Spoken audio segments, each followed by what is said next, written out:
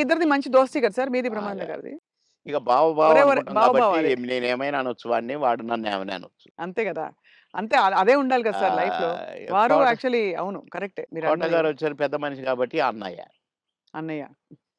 నా చాలా పెద్దవారైపోయారు. నేనే అన్న అంటాను. హ్మ్. తమ్ముడు అంటాడనుకోండి. బ్రహ్మానందం అనడు అన్నయ్యని. ఏంట్రా అంటాడు.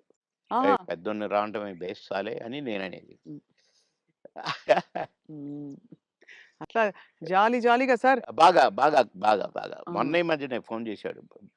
బావా అన్నాడు. ఏంటో బావా ఇంత ప్రేమ ఎటు నుంచొచ్చిందోయ్!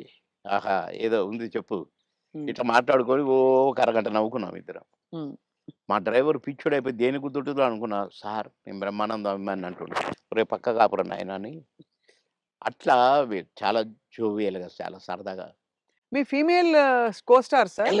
ఎవరు మీ ఫేవరెట్ మీతో పాటు? అంటే అప్పట్లో అప్పట్లో ఎవరున్నారండి? ఎవరు లేరు. ఎవరు లేరు. మీ టైమ్‌లో యాక్చువల్లీ ఎక్కువ మంది లేరు. వెంట ఎందుకంటే అంటే బ్రహ్మానందం గారికి కోవై సరళ గారున్నారు. అంతకుముందు ఓ టైమ్‌లో ఆ! శ్రీలక్ష్మి గారు వీళ్ళందరూ ఉండేవారు పాత కామెడియన్స్‌లు. ఏవండీ 'కోవై సరళ' నాతోనే స్టార్టు. అవును. బ్రహ్మానందంతో గాదు. హ్మ్. నాతోనే స్టార్టు చాలా సినిమాలు.